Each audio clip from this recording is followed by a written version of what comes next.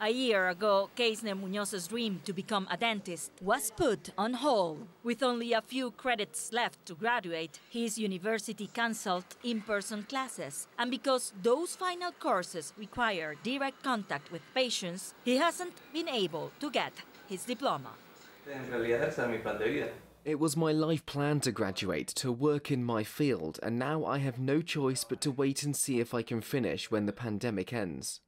The pandemic presented an opportunity for Horacio Molina. It boosted his business, offering telecommunications services and tech solutions to the many Venezuelan companies suddenly forced to work remotely. We are in a sector that didn't die or even decline because we offer a platform to help companies to keep working. Last March, after the first confirmed cases were reported, Venezuela ordered a general lockdown. Only supermarkets, pharmacies, and essential services were allowed to remain open. The borders were also closed, and all local and international flights were banned.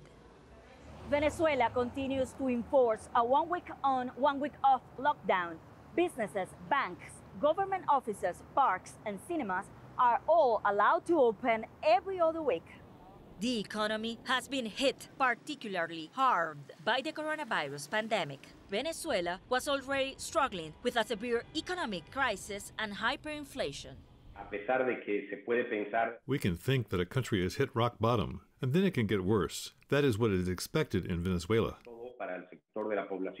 In February, Venezuela began its vaccination rollout using Russia's Sputnik V and China's Sinopharm COVID-19 vaccines. Priority has been given to healthcare workers, public servants, police, the military, and teachers. One goal is to begin in-person classes in April. It is a relief, a guarantee that we can continue being healthy and preventing the spread of the virus.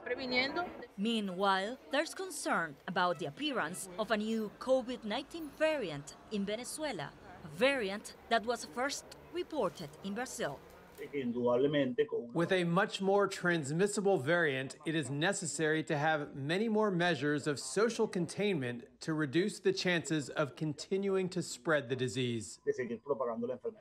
So far, Venezuela's overwhelmed healthcare system has been able to cope with more than 144,000 officially reported cases of COVID-19.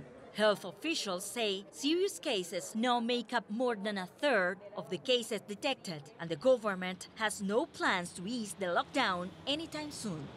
Triny, Mena, CGTN, Caracas.